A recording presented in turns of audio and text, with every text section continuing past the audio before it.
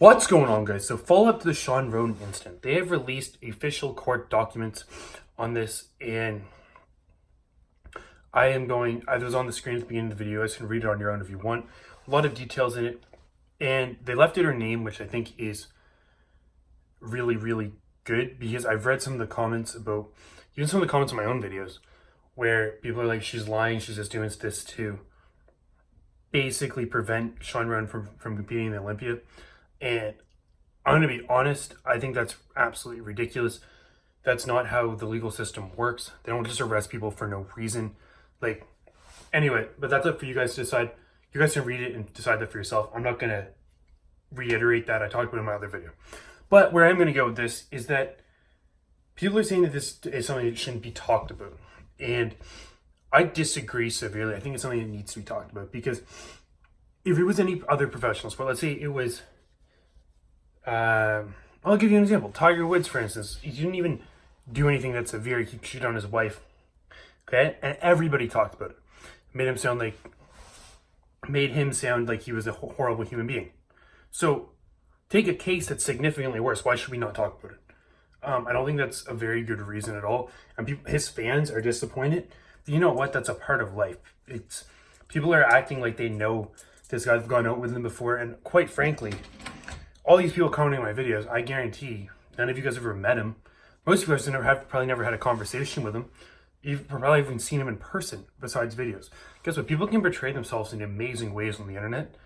That isn't their real personality. It's acting. That's what the internet is. So you think that somebody can't get on stage and pose in posing trunks and not say anything and still be a bad person?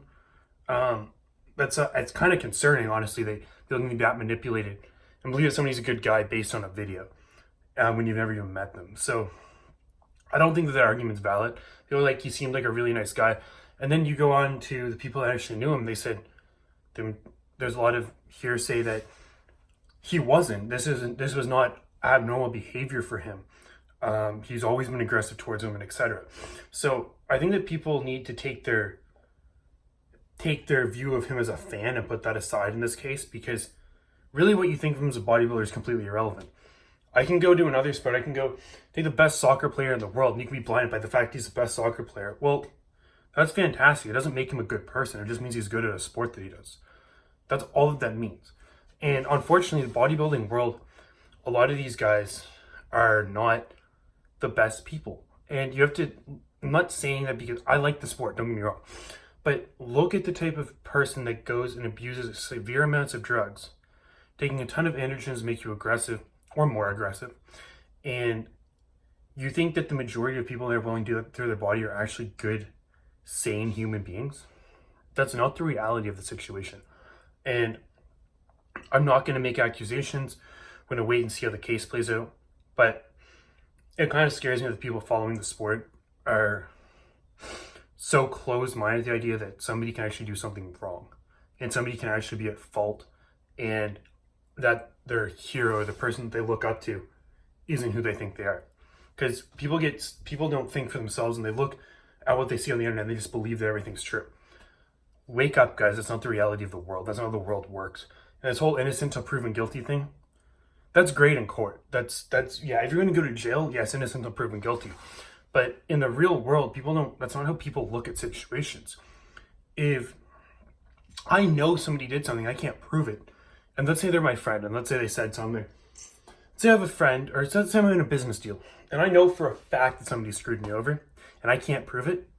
That doesn't mean, yeah, they may not go to jail, they may not get prosecuted, whatever. But if I know that they ripped me off, that is going to change my view on them and going to severely impact our relationship in the future, or end it. Whether or not I can prove it or not is completely irrelevant. That's not how the real world works. That's not how human beings work. That's how the court system works. So the whole thing about him being kicked out of the Olympia, all this stuff, they're allowed to do that. I don't think that. Why would you want anybody with bringing a bad reputation to a sport to continue to be able to compete in the sport, especially as a organization? If I went into work, for instance, if somebody goes into their job and let's say there's accusations, let's say 3 different people say that this person's abusing them, and you can't prove it, does that mean they should be able to keep their job? No, that's enough to say, okay, well, we have issues, other employees don't like you, we're going to get rid of you. Other employees are having issues with you. Even we can't prove it in court. So I think that people need to open their mind and look at the real world and get out of their fantasy world that everybody's just perfect and people are just trying to do things for their own good. Or be greasy to get people so other people can win the Olympia. I think people need to open their mind a little bit more. But anyway, let me know your comments down below. And yeah, like, comment, subscribe. And hopefully, I want to know how the case turns out. I'm going to keep posts on it.